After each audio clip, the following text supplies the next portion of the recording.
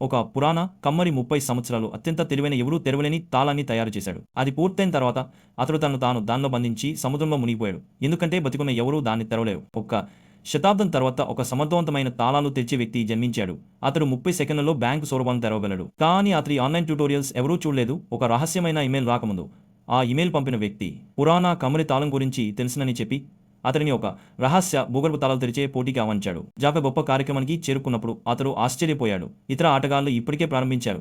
Jack 3 నిమిషాలు ఆలస్యంగా ప్రారంభించి 4వ స్థానంలో నిలిచి తదుపరి రౌండ్కు వెళ్లాడు. ఇప్పుడు మరింత ఆత్మవిశ్వాసంతో జాక్ సిద్ధంగా ఉన్నాడు. కానీ ఆ తరువాత సంస్థాపకులు కష్టతరం చేశారు. వారు తాళానికి సంగీత పెట్టెను జోడించారు. ఆ శబ్దం వల్ల లోపలి లోహ శబ్దాలు వినడం కష్టమైంది. జాక్ కష్టపడ్డాడు, కానీ అతడి పక్కనున్న వ్యక్తి ఏమాత్రం ఆటంకం లేకుండా 2 నిమిషాల్లో తదుపరి తాళాన్ని తెరిచి ఫైనల్ రౌండ్కు చేరాడు.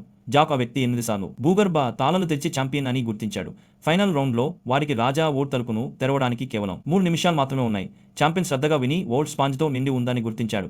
స్పాంజ్ వల్ల లోహ శబ్దాలు చాలా మృదుగా ఉన్నాయి, కానీ అతడు ప్రత్యేక హెడ్ ఫోన్స్ తీసుకున్నాడు.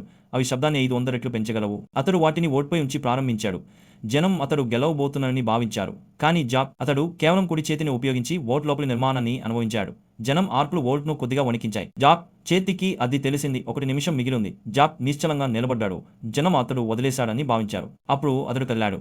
కేవలం 15 సెకన్లలో అతడు 3 తాళాలను తెరిచాడు. ఓట్ తెరుచుకుంది. కొత్త భూగర్భ ఛాంపియన్ జన్మించాడు.